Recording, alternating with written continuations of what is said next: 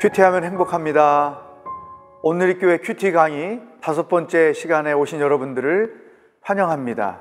오늘은 지난주에 이어서 큐티에서 가장 중요한 적용을 공부하고자 합니다. 여러분이 가지고 계신 교재 34페이지, 35페이지를 펴보십시오. 34페이지 위에 보면 적용을 이렇게 설명해 주었습니다. 말씀이 제시한 것에 순종하기 위해 내가 어떻게 변화되어야 하는가를 찾아내는 것이 적용입니다. 적용의 대상은 나입니다. 또 그 밑에 패러그래프 첫째 문장을 보시면 큐티는 하나님의 뜻을 묻고 그분의 음성을 듣고 그 음성대로 선택하고 결정하는 것입니다. 그렇습니다. 적용이란 하나님께서 우리에게 묵상을 통해서 주신 말씀을 자기 삶으로 나타내는 것을 의미합니다. 묵상이 하나님의 음성을 듣는 것이라고 하면 적용은 그 음성에 대하여 행동으로 반응하는 것을 의미합니다. 다시 말하면 묵상한 말씀을 가지고 오늘 하루를 어떻게 살 것인가를 결단하는 것, 이것이 바로 적용입니다. 지난 시간에 우리는 묵상의 내용에 대해서 공부하셨죠. 하나님이 어떤 분인가? 내가 회개할 죄가 무엇인가? 순종하라고 주시는 명령은 무엇인가? 내가 또 붙잡을 약속은 무엇인가? 등장인물을 통해서 하나님이 내게 보여주시는 내용은 무엇인가? 또 나에게 격려와 위로와 소망으로 주시는 말씀은 무엇인가? 또 하나님이 생각하시는 나는 누구인가? 그리고 현재 직면한 문제의 해법으로 주시는 말씀은 무엇인가? 또 한 가지 추가한다면 그동안에 내가 알지 못하고 있던 새롭게 깨닫게 된 하나님의 생각이나 말씀은 무엇인가? 이와 같은 것들을 본문 말씀을 읽고 묵상하는 과정에서 보게 되는 것이죠. 그러한 묵상의 내용을 가지고 구체적으로 내가 어떻게 적용할 것인가? 이것이 오늘 여러분과 함께 공부하고자 하는 중요한 내용입니다. 적용에 대한 몇 가지 힌트가 되는 말씀을 나누어 보고자 합니다. 제일 먼저 우리가 묵상한 말씀이 적용되는 상황은 다양합니다. 보통 우리가 적용에 대한 오해가 있는데 오늘 그 묵상한 내용을 오늘 당장 내가 행동으로 옮겨야 된다는 어떤 강박관념을 가질 수가 있습니다. 그런데 저의 그 오랜 시간 큐티 생활에 보면 저의 경험에 의하면 묵상한 말씀을 적용하는 상황은 다양하다는 것입니다. 다시 말하면 오늘 묵상한 말씀이 오늘 당장 내가 적용해야 될 내용이 있기도 하고 혹은 내일 또는 어떤 상황이 벌어졌을 때 적용할 수 있는 그런 내용도 있다는 것이죠. 그러니까 적용을 생각할 때 지금 당장 삶으로 옮길 수 있는 것, 또 내일 실천할 수 있는 것, 또 살면서 어떤 상황에 직면하게 될 때 말씀대로 적용할 수 있는 것, 이렇게 폭넓게 적용을 생각할 필요가 있습니다. 또 한 가지, 묵상한 내용을 적용하는 방법도 다양하다는 것입니다. 묵상한 말씀을 가지고 내 생각을 바꾸거나 가치관을 바꾸거나 혹은 내 선입관을 바꾸는 것이 있죠. 이거는 행동으로 나타난다기보다는 내 내면 세계가 새로워지는 것을 알 수 있죠. 그동안에 잘못 생각했던 것들을 말씀을 통해서 보게 되고 올바른 생각과 판단을 하기로 결심하는 것, 이것도 훌륭한 적용이죠. 또 묵상한 말씀으로 내 태도, 말하는 태도나 행동하는 태도나 어떤 습관, 이와 같은 것들을 고쳐가는 것, 이것도 좋은 적용의 방법인 것이죠. 그러니까 적용의 범위는 어떤 나의 습관, 행동 혹은 내면 세계를 새롭게 하는 것, 이렇게 넓게 생각하고 적용을 할 수 있다는 것입니다. 특별히 우리가 이 적용을 생각할 때 만약에 묵상만 있고 적용이 없다, 그러면은 그 묵상은 의미가 없다는 거예요. 여러분, 이 믿음과 순종의 관계를 생각해 보십시오. 믿음은 보이지 않습니다. 순종은 눈에 보이는 것이죠. 왜? 행동으로 옮기는 거니까 그렇죠. 따라서 믿음은 보이지 않지만 그 말씀대로 순종함으로 내 믿음을 나타내는 거죠. 그러니까 믿음이 있어서 순종이 있는 것이고 또 순종이 있기 때문에 믿음이 증명되는 것입니다. 이것이 묵상과 적용의 관계와 똑같다는 거예요. 말씀을 내가 깊이 묵상했기 때문에 자연스럽게 삶으로 적용이 되는 것이고 또 적용을 하기 때문에 내가 올바로 묵상을 했다라고 하는 것이 증명이 되는 것이죠. 그러니까 믿음과 순종의 관계와 묵상과 적용의 관계는 똑같은 원리입니다. 그러므로 큐티는 묵상만 해서는 힘이 없어요. 삶이 변하지 않습니다. 지식만 많아질 뿐이죠. 그러나 적용까지 이르게 되면 그 적용이 내 삶을 변화시키고 나를 새롭게 하고 나를 영적으로 성장시켜주는 역할을 한다는 것입니다. 인격이나 성품이나 태도나 습관이나 이와 같은 것들이 한 번, 두 번 반복해서 적용되므로 궁극적으로는 우리의 영적 성장이 이루어지는 것을 알 수 있습니다. 일부 학자들은 큐티의 한계로 적용을 너무 강조한다라고 지적합니다. 저는 그 이론에 대해서 동의를 하지 않습니다. 적용은 억지로 되는 게 아닙니다. 묵상을 올바로 함으로 하나님과의 깊은 만남, 말씀을 통한 하나님과의 긴밀한 관계가 있기 때문에 적용이라는 것이 스스로 저절로 나오게 되는 것이죠. 이 적용은 묵상의 자연스러운 반응인 것입니다. 만약에 적용이 없다면 묵상은 큰 의미가 없는 거죠. 적용이 있기 때문에 묵상이 더 힘이 있게 되는 것이죠. 그래서 이 묵상과 적용이 균형을 갖춰야 올바른 영적 성장을 이루어갈 수 있다, 이렇게 저는 주장을 하는 것입니다. 자, 묵상한 말씀이 적용될 상황은 다양하다. 묵상한 말씀을 적용하는 방법도 다양하다. 그리고 큐티는 말씀을 묵상하고 적용하지 않으면 의미가 없다. 이런 선 이해를 가지고 적용 시간을 가지면 좋겠습니다. 적용에도 몇 가지 원칙이 있습니다. 여러분 교재 34페이지, 35페이지 보면 세 가지 적용 원칙을 이렇게 기록해 주었습니다. 그 첫 번째가 적용은 개인적이어야 합니다. 써 있습니다. 묵상은 하나님과 나와의 관계에서 주시는 말씀이기 때문에 항상 그 적용의 주체가 자기 자신이 되어야 한다는 거죠. 그러니까 예를 들어 우리에게 주시는 말씀입니다. 우리가 이렇게 해야 된다고 생각합니다. 이게 그 큐티 나눔을 할 때 보면 그 적용 포인트를 자기에게 두지 않고 타인에게 두거나 공동체에 두거나 이런 경우가 종종 있습니다. 이것은 잘못된 묵상이요, 잘못된 적용이라고 할 수 있죠. 건강한 적용은 자기 개인에게 주시는 말씀, 그리고 자기 개인에게 적용하는 내용이 무엇인지를 아는 것입니다. 예를 들어 부모와 자녀들, 가족이 큐티한다고 생각해 보세요. 그럼 어느 날 아빠가 그 가족들이 함께 모인 자리에서 나는 오늘 본문 말씀을 통해 하나님께서 이런 생각을 갖고 계셨고 나도 그런 태도를 가지고 살아야 된다고 생각했습니다. 아들은 어떻게 묵상했나? 딸은 어떻게 적용하기로 했나? 이렇게 물어보는 것은 정상적인 것이죠. 그런데 예를 들어 이런 경우, 아빠가 묵상을 해보니까 이런 말씀이던데, 이건 너한테 주던 말씀이던데, 너 혹시 이런 말씀 똑바로 깨닫고 묵상한 거야? 너 이런 말씀을 올바로 적용한 거야?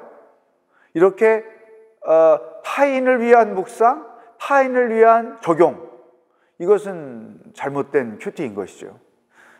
적용은 자기 개인을 위한 것이다. 개인적이어야 한다라는 것을 여기에서 알 수 있습니다. 두 번째, 적용은 실질적이어야 한다. 추상적인 내용이 아니라 삶으로 실천 가능한 적용이어야 한다, 그런 말씀입니다. 예를 들어 나는 오늘 적용해놓고 기도를 열심히 하면서 살자, 이렇게 적용을 했다고 생각해 보세요. 그러면 이게 언제 적용한다는 것입니까? 언제 기도한다는 것입니까? 그냥 막연한 결단에 불과한 것이죠. 올바른 적용이라면 내일부터 나는 아침에 일어나자마자 하나님께 엎드려 5분 동안 혹은 3분 동안 혹은 10분 동안 먼저 기도하며 하루를 살겠다. 이런 식으로 구체적으로 기도 생활을 어떻게 할 것인가를 결단하는 것, 이게 바로 적용입니다. 또 신명기서를 묵상하면서 하나님이 어렵고 가난한 이웃들을 구체적으로 어떻게 사랑해야 하는지 많은 방법을 제시해 주셨어요. 근데 그 말씀을 묵상하면서 이렇게 적용하는 것이죠. 앞으로 이웃을 열심히 사랑하며 살자. 그 언제 어떤 방법으로 어떤 이웃을 사랑하겠다는 것인가, 거기 구체성이 없는 거잖아요. 올바로 적용을 한다면 구체적인 실천 방법을 생각해내는 것이죠. 아파트 경비하는 아저씨들 수고가 많은데 내가 그 앞을 지나다닐 때마다 수고하십니다, 감사합니다 늘 인사를 하면서 생활하겠다. 또 버스를 탈 때마다 운전기사를 보고 수고하십니다, 감사합니다 인사하면서 타겠다. 뭐 이런 구체적인 사랑 실천 방법을 적용해야 되는 거예요. 이게 올바른 것이죠. 절대로 추상적인 것, 이것은 적용이 아니다. 세 번째, 35페이지에 가면 적용은 실현 가능해야 한다. 현실성이 없는 적용은 적용이 될 수 없다는 것입니다. 예를 들어서 이런 거죠. 앞으로 내가 지구를 살리면서 살겠다. 그러니까 하나님의 창조 세계가 이제 어그러져 가니까 말씀을 묵상하면서 그렇지, 피조물로서 내가 책임을 갖고 있으니 앞으로 내가 지구를 살리며 살겠다, 이런 생각은 할 수 있죠. 그러나 그것이 적용이 될 수 없는 거죠. 구체적으로 지구를 살리기 위해서 내가 어떻게 할 것인가. 나 일회용 사용을 하지 않겠다, 플라스틱 사용을 하지 않겠다, 또 가능하면 대중교통을 이용하며 살겠다. 길거리를 지나갈 때 추하게 너부러져 있는 쓰레기가 있다면 그것을 내가 집어서 쓰레기통에 넣겠다. 뭐 이런 실현 가능한 구체적인 적용을 써야 한다는 것이죠. 또 이런 경우도 있습니다. 하나님께서 교회를 사랑하시는데 또 세상을 향하여 교회가 할 일이 많은데 이렇게 해서는 안 된다. 그래서 적용, 교회를 개혁하며 열심히 살겠다. 아니면 교회를 개혁하는데 일조를 하겠다. 이렇게 적용을 쓸 수 있죠. 어떻게, 어떤 방법으로 교회를 개혁하겠다는 것인가? 실현 불가능한 그러한 내용을 적용한 것이죠.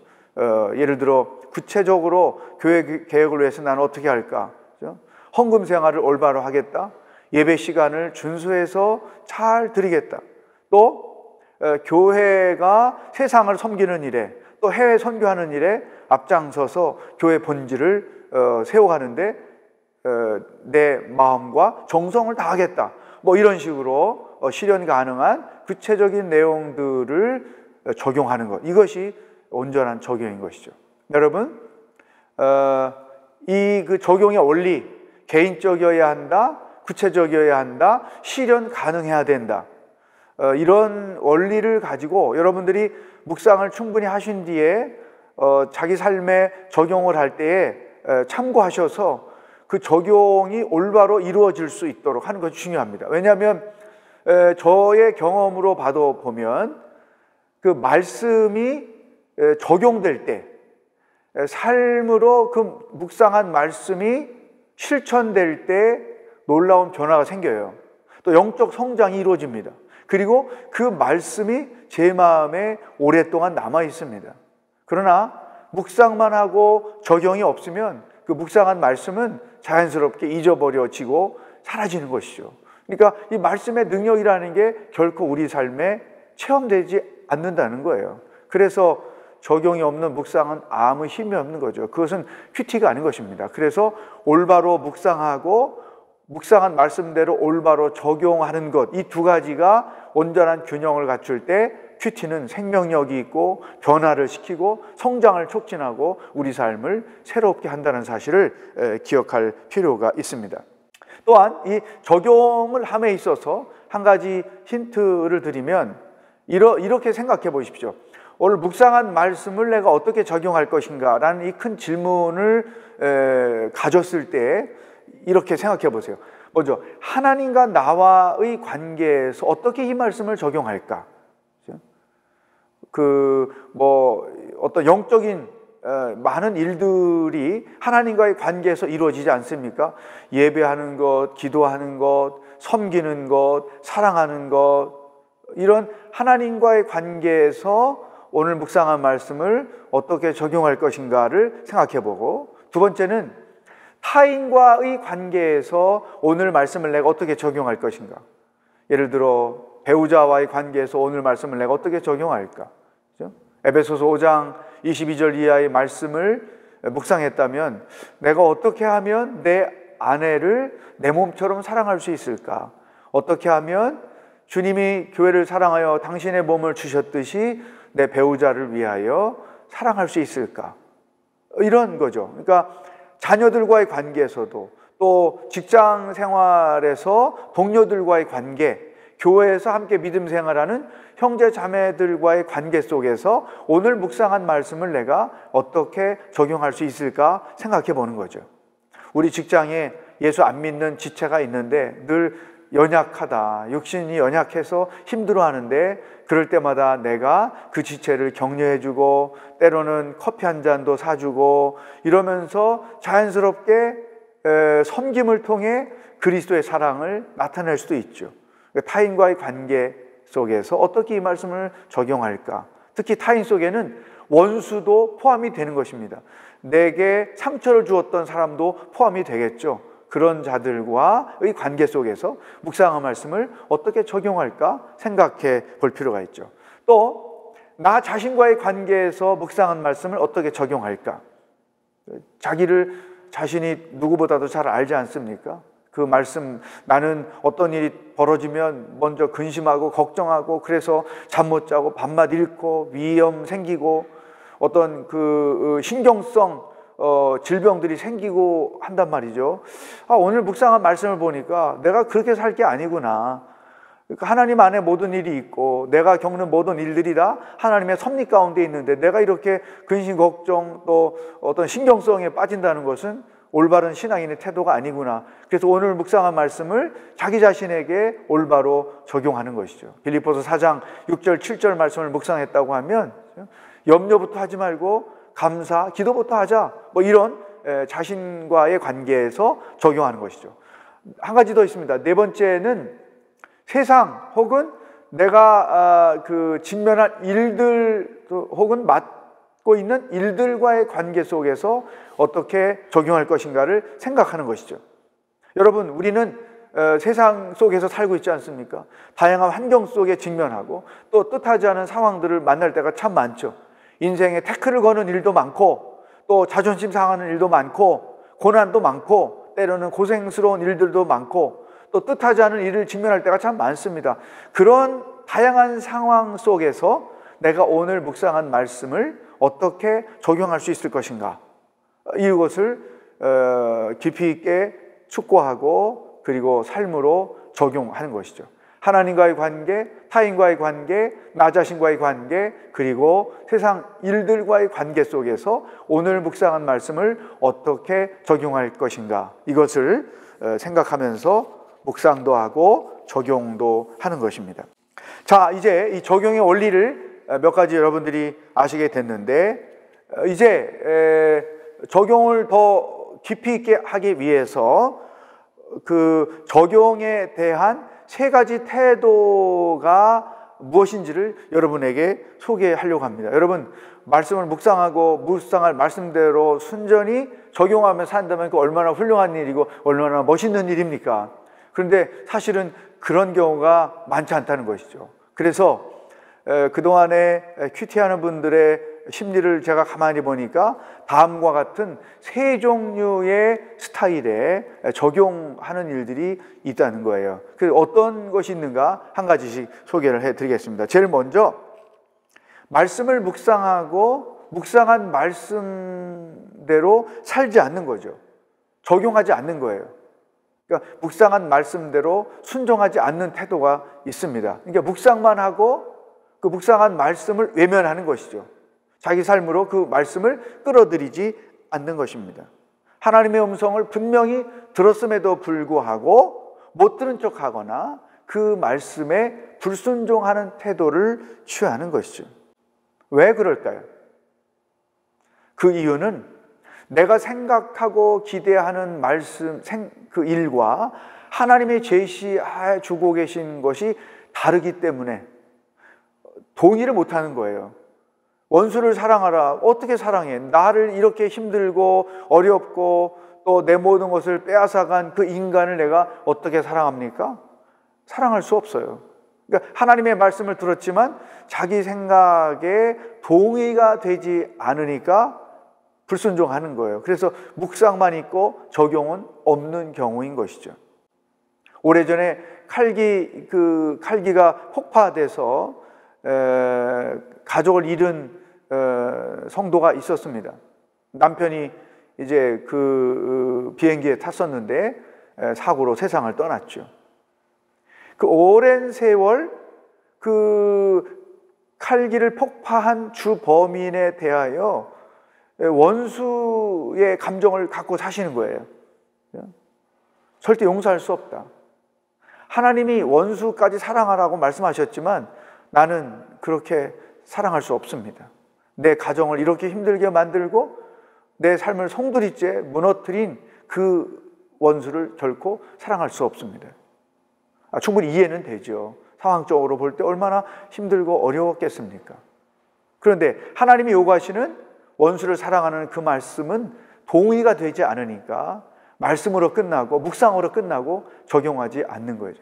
성경에도 똑같은 인물이 하나 있습니다. 바로 요나 선지자예요. 하나님께서 요나를 불러서 저 큰 성 니느웨로 가서 회개를 선포하라 명령하셨어요. 요나가 들었습니다.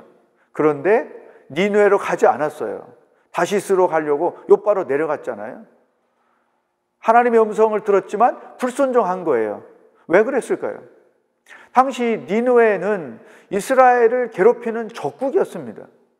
하나님께서 요나에게 이렇게 말씀하셨다면 어땠을까요? 요나야, 니느웨로 가서 너희들이 하나님의 백성 택하신 족속 이스라엘을 괴롭혔으니 너희들은 하나님의 심판을 받을 것이다. 하나님의 저주가 임할 것이다. 선포하고 와라. 그러면 아이고 알겠습니다 하고 기뻐하며 신발도 안 신고 뛰어가서 막 선포했을 거예요. 그런데 아니 그들을 저주하고 심판해도 시원하지 않을 판에 뭐 그들에게 회개를 선포하고 그들을 돌아오게 하시라고?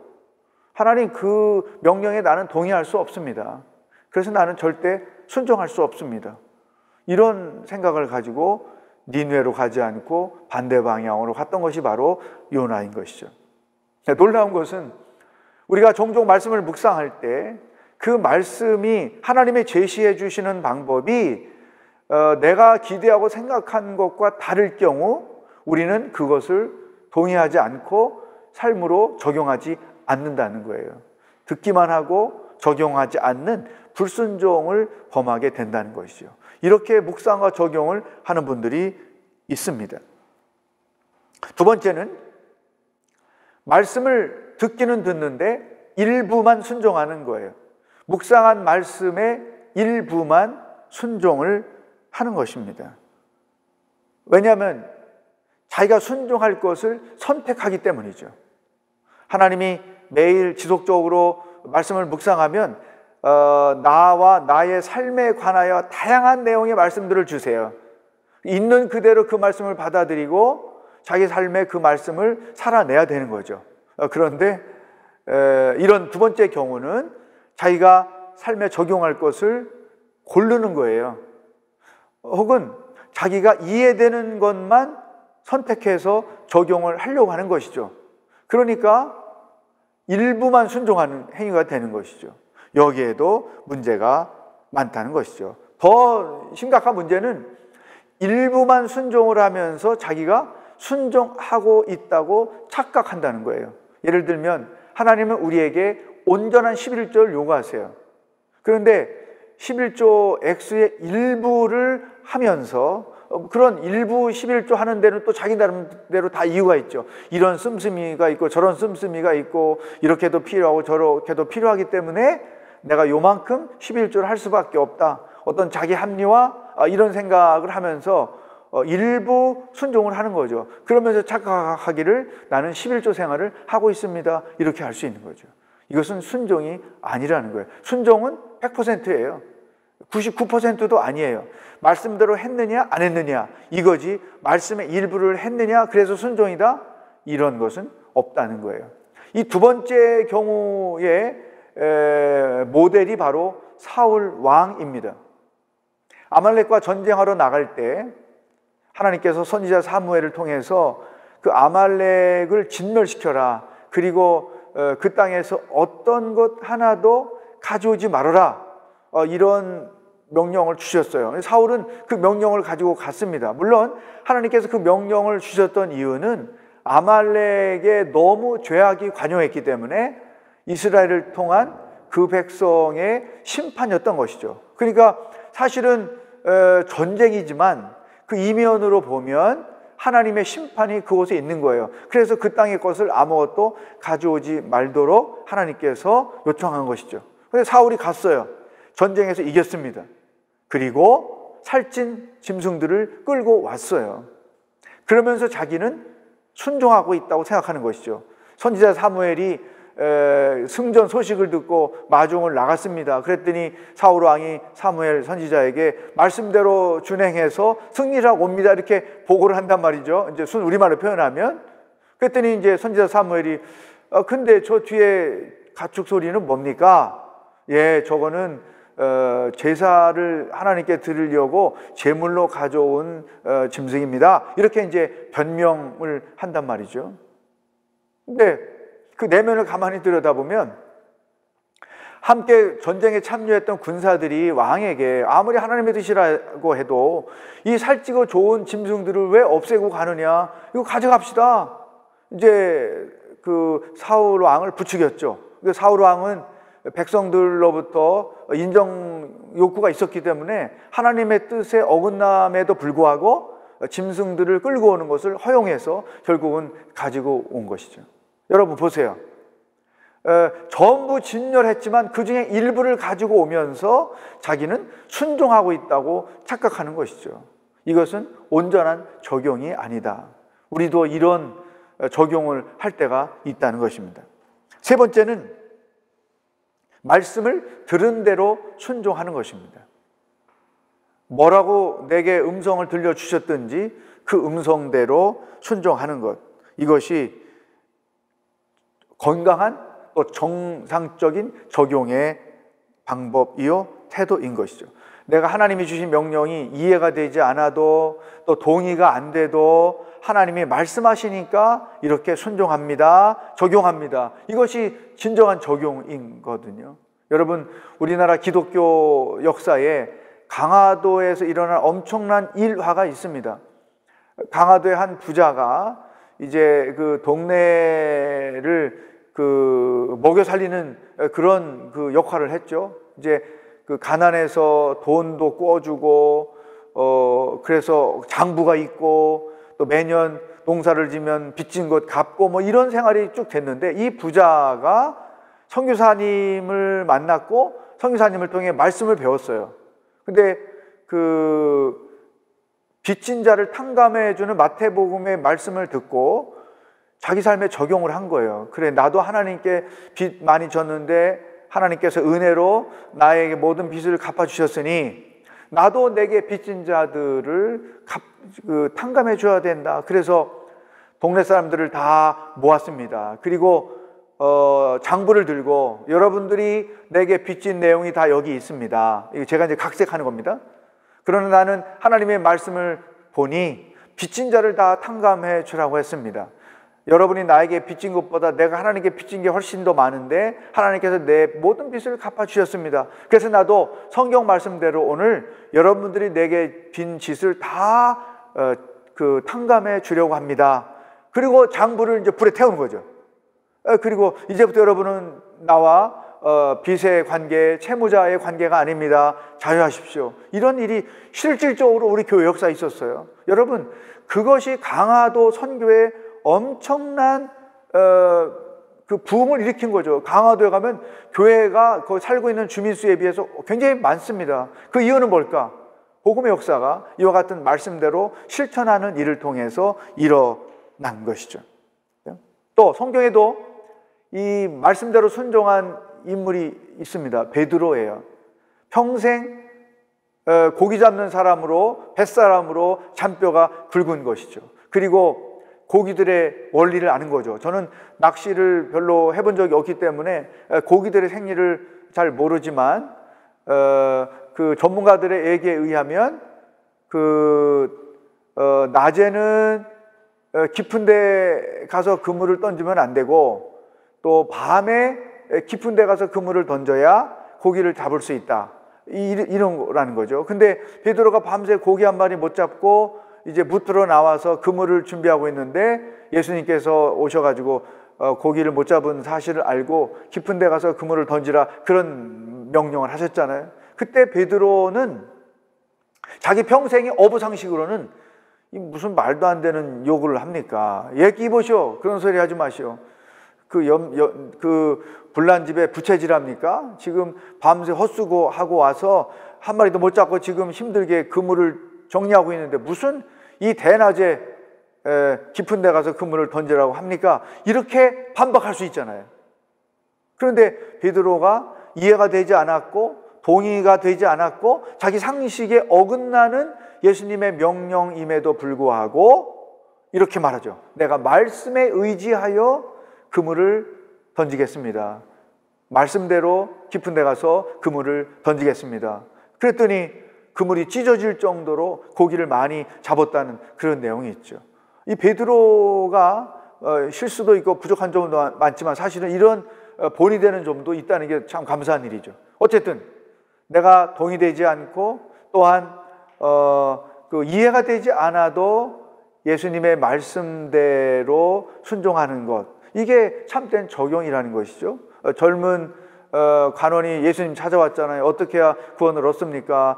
계명을 지켜라. 이미 그건 다 고쳤습니다. 그랬더니 예수님이 그럼 네가 가지고 있는 모든 소유를 팔아서 가난한 자들에게 주고 나에게 와라. 그랬더니 이 사람이 예 그렇게 하겠습니다. 그랬으면 올바로 적용한 것이고 그런데 이제 아이고 그렇게는 못하죠. 자기 속으로 그거 어떻게 번 돈이고 어떻게 모은 돈인데 그것을 다 가난한 사람들을 위해서 팔아주고 온단 말이죠. 근심하면서 돌아갔단 말이죠. 그러니까 내가 이해되지 않고 동의되지 않는 것은 순종하지 않으려고 하는 것, 이것은 잘못된 적용인 것입니다.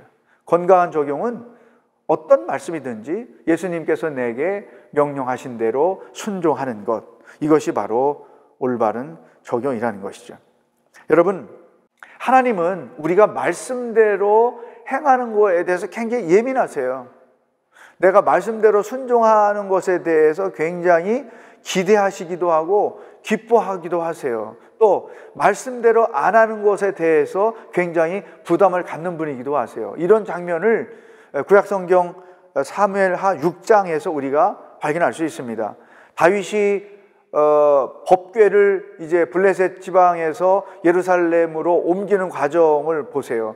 다윗이 늘 하나님을 사랑하는 사람인데 자기는 안정되게 예루살렘에서 생활하고 있는데 법궤가 이방 지역에 빼앗겨 있는 그것 때문에 굉장히 마음이 불편해서 법궤 이전 예루살렘으로의 이송 프로젝트를 계획하고 그것을 진행합니다. 그래서 그 사람들을 시켜서 소 달구지에 법궤를 싣고 예루살렘으로 옮겨오는 과정에 이제 소가 뛰게 되었고 그 법궤가 땅에 떨어지는 것이 이제 그 불경하니까 사람들이 법궤를 떨어지지 않도록 손으로 잡았는데 그 자리에서 다 죽게 된 거죠. 너무 거룩한 하나님의 임재가 있는 곳인데 죄인들이 만지니까 그런 현상이 나타난 것이죠. 그래서 일시적으로 이제 오벳 에돔의 집에 이제 그 대기를 시켜놓고 2차 수송 작전을 다윗이 진행을 하는 거죠. 근데 이 원인이 뭘까 하면서 이제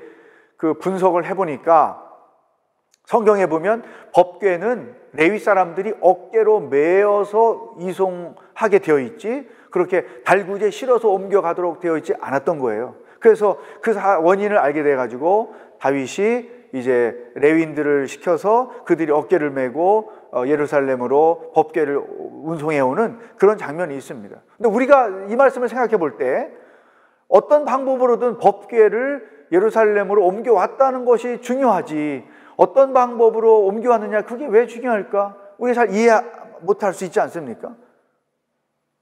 목적이 중요하지 방법이 뭐가 중요할까? 이런 생각하고 똑같은 거잖아요. 근데 하나님은 말씀대로 하는 것에 아주 중요한 의미를 부여하시는 거예요. 이게 바로 올바른 적용이고 큐티의 삶인 것이죠. 내가 편의적으로 생각하고 내가 쉽게 생각하고 내가 이해되고 동의되는 것들에 대해서 행하는 그것들만 행하려고 하는 것이 아니라 하나님이 말씀하신 내용을 구체적으로 행하는 것 이것이 올바른 적용이고 하나님이 기대하시는 적용의 내용이라는 것을 인식할 필요가 있다는 것이죠. 어쨌든 말씀을 듣고도 불순종하는 태도, 말씀을 듣고 일부만 순종하는 태도, 말씀을 들은 대로 순종하는 태도, 이 묵상과 적용의 관계 속에서 우리가 어떤 태도를 가져야 하는지를 여기서 발견할 수 있는 것입니다. 만약에 내가 하나님의 말씀대로 적용을 했다면 그것이 어떤 영적 유익을 주는가 이것을 몇 가지로 생각해 보십시다. 첫째는 내가 말씀을 묵상한 대로 적용했다는 것은 나 자신이 하나님께 순종하고 있다는 믿음의 표현인 것입니다. 나는 말씀대로 순종하는 믿음의 사람이라는 것을 증명하는 것입니다. 두 번째, 말씀대로 적용한다는 것은 내 믿음이 성장하고 있다는 것을 증명하는 것입니다. 여러분, 우리의 믿음은 말씀대로 순종할 때 한 단계씩 업그레이드 돼서 성숙으로 가게 돼 있어요. 원수를 사랑하기 어렵지만 사랑함으로 내 신앙이 성숙해지고 인격이 성숙해지는 거예요. 하나님이 하지 말라는 일, 하라는 일, 가라는 일, 말라는 일 무엇이든지 이해가 안 돼도 또 동의가 안 돼도 그 말씀대로 순종하면 그 과정을 거쳐서 내 영이, 내 신앙이 영적으로 성장하는 것을 알 수 있죠. 세 번째, 말씀대로 적용한다는 것은 말씀의 능력을 체험하는 기회가 된다는 거죠. 놀랍게도 하나님의 말씀은 살아있고 운동력이 있습니다. 그래서 좌우의 날선 어떤 검보다도 예리해서 우리의 영과 혼과 골수를 찔러 쪼개는 능력이 있는 거예요. 우리를 수술하는 능력, 우리를 회복시키는 능력, 우리를 강하게 만들어주는 그런 능력이 있는데 이 능력은 어떨 때 나타나는가? 말씀대로 순종할 때, 말씀대로 우리가 직면하는 상황에서 적용될 때 그 말씀의 능력이 무엇인지를 비로소 체험하게 되는 거예요. 그 과정을 통해서 신앙은 성장해 가는 것입니다. 네 번째, 말씀대로 적용한다는 것은 하나님께서 약속하신 성경의 복을 누리게 하는 거죠. 여러분, 성경의 모든 축복은 하나님이 주신 약속은 말씀대로 순종하는 자들에게 주어지는 거예요. 여러분의 삶이 복되기를 원한다면 말씀대로 순종해야 돼요. 말씀대로 살지 않으면서 복되기를 원하고 형통하기를 원하고 잘 되기를 원하는 것은 우상 앞에 절하는 것과 똑같은 거예요.